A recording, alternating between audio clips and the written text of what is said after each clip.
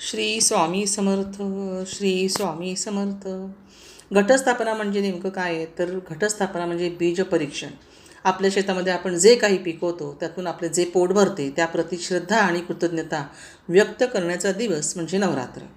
या दरम्यान जे काही शेतात पिके तयार होतात त्यांची कापणी करायची आणि म्हणूनच घटस्थापनेच्या वेळी देखील घटाच्या समोर शेतातील माती आणून त्याच्यामध्ये आपण धान्य पेरतो आणि 9 दिवस हे आपण धान्य याच्यामध्ये उगवतो. म्हणजेच काय करतो तर या 9 दिवसामध्ये आदिमाया आदिशक्तीची उपासना करताना आपल्या शेतातील धान्यांचीही आपल्याकडून पूजा केली जाते. आता हे जे नवरात्र आहे तर नवरात्राचा अर्थ काय आहे तर नव म्हणजे 9 दिवस आणि रात्र म्हणजे रात्र, म्हणून ह्याला नवरात्र असं म्हटलं जातं. तर नवरात्रीचं महत्त्व काय आहे तर महिषासूर मर्दिनीने 9 दिवस युद्ध केलं होतं रावणाशी आणि त्यामुळे ह्याला नवरात्र असं म्हटलं जातं आणि नवरात्र म्हणून हे साजरं केलं जातं. त्यामुळे ह्या नवरात्रीच्या इतिहासामध्ये जर आपण पाहिलं तर हे जे 9 दिवस नवरात्रीचे आहेत ह्यामध्ये देवीने युद्ध करून स्वतःची बाजी मारली, युद्ध करून जिंकून घेतलं. तर ह्यासाठीच तिच्यामध्ये जी शक्ती निर्माण झाली ती शक्ती सर्व स्त्रियांमध्ये निर्माण व्हावी हा यामागचा खरा हेतू आहे. श्री दुर्गा देवी नमहा हा जप जितक्या वेळा आपण करू तितक्या वेळा, कारण की ही देवी दुर्गादेवीच्या अवतारात सगळ्या देवींची प्रार्थना होते आणि म्हणूनच ह्या दुर्गादेवी नमहा ह्याचा जप केल्यानंतर हे श्री दुर्गादेवी नवरात्रोत्सवाच्या काळात नेहमीपेक्षा सहस्रपटींनी कार्यरत असलेल्या तुझ्या देवी तत्वाचा तुझ्या कृपेने आम्हाला अधिकाधिक लाभ होऊ दे असा त्याचा हा अर्थ असतो. आता पहिल्या दिवशी शैलपुत्रीची पूजा केली जाते. राजा हिमालयाच्या घरी दुर्गादेवीने जन्म घेतला, शैलची कन्या झाली म्हणून तिला शैलपुत्री म्हटलं जातं. आणि देवीच्या एका हातात कमळाचं फूल आणि दुसऱ्या हातात त्रिशूळ आहे. ह्या अवताराचे पूजन केले की आपले आरोग्य चांगलं राहतं. दुसरा अवतार आहे ब्रह्मचारिणी. आता ह्या देवीने बरीच 1000 वर्ष शिवशंकराचं ध्यान केलं. ब्रह्मदेवाने येऊन वरदान दिलं आणि घोर कठीण तपश्चर्या अशी कोणी केली नाही म्हणून तिला ब्रह्मचारिणी असं नाव दिलं. हिच्यासुद्धा एका हातात कमंडलू आणि दुसऱ्या हातात जपमाळा आहे. ह्या देवीची मनोभावे पूजा केली की दीर्घायुष्य लाभतं. चंद्रघंटा हे तिचं तिसरं रूप, कपाळावर चंद्रकोर म्हणून तिला चंद्रघंटा म्हटलं जातं. तिसऱ्या दिवशी हिचे पूजन केले जाते.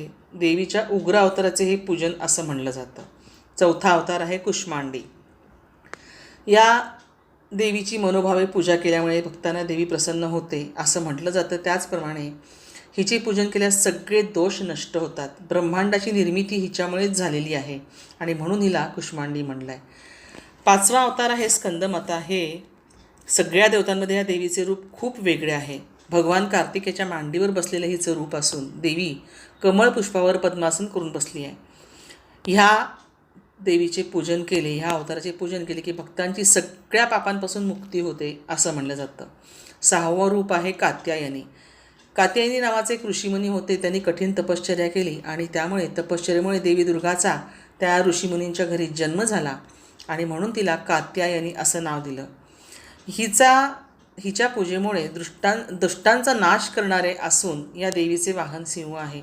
हिची पूजा केल्यामुळे आपल्या सर्व दुष्टांचा नाश होतो. सातवं आहे कालरात्री. देवीचे हे रूप काळ्या रात्रीसारखे आणि देवीच्या शरीराचा रंग काळा असल्यामुळे तिला हे नाव मिळाले आहे. दुर्गा देवीचे हे कालरात्री 7वे रूप आहे आणि खूप भीतीदायक असलं तरीसुद्धा ती शुभदायिनी आहे बरं का. देवीला शुभंकारी असं म्हणलं जातं. तुम्ही जे वरदान हिच्याकडे मागाल ते पूर्ण तर होतंच, शिवाय तुमचे भाग्यसुद्धा उजळते. ह्या देवीचे वाहन मात्र गाढव आहे. 8वी आहे महागौरी. महागौरी हे जे रूप आहे हे कुमारिका अवस्थेत असल्यामुळे कुमारिकांचे पूजन ह्या दिवशी केले जाते.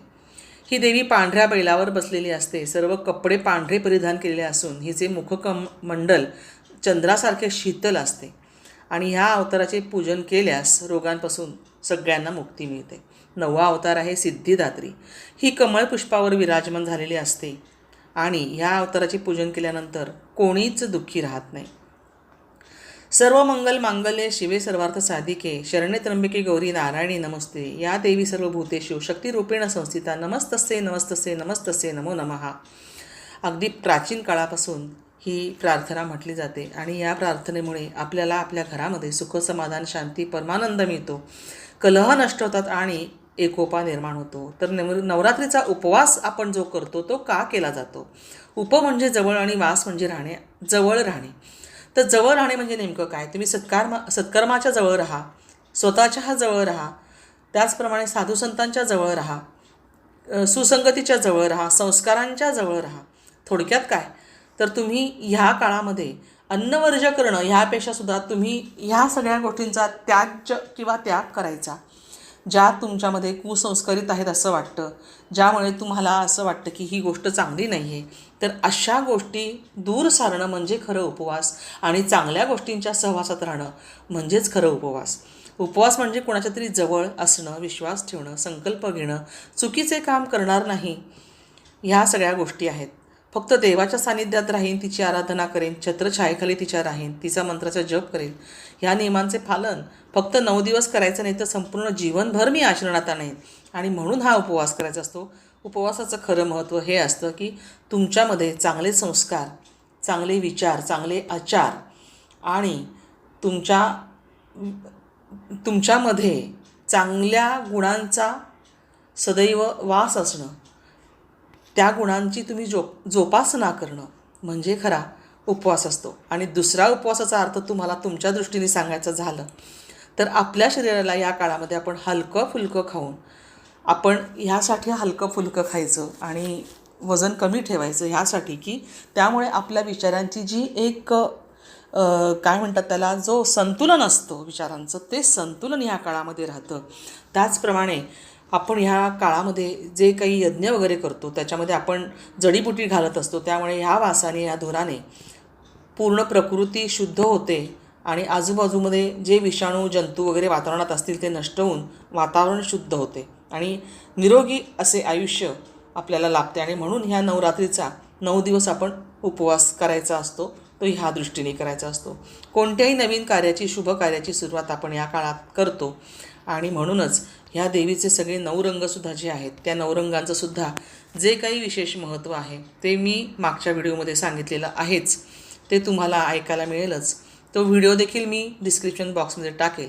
तर अशा प्रकारे देवीची नवरात्राची पूजा, तिचं नेमकं काय महत्त्व आहे आणि ती का केली जाते, त्याचप्रमाणे उपवास का केला जातो, उपवासाचा नेमका अर्थ काय आणि देवीची कोणकोणती रूपं आहेत, ती कशी आहेत, हे मी आत्ता सांगितलं. तुम्हाला हा माझा व्हिडिओ आवडला असेल, लाईक करा, सगळ्यांना शेअर करून ही माहिती पोचवा.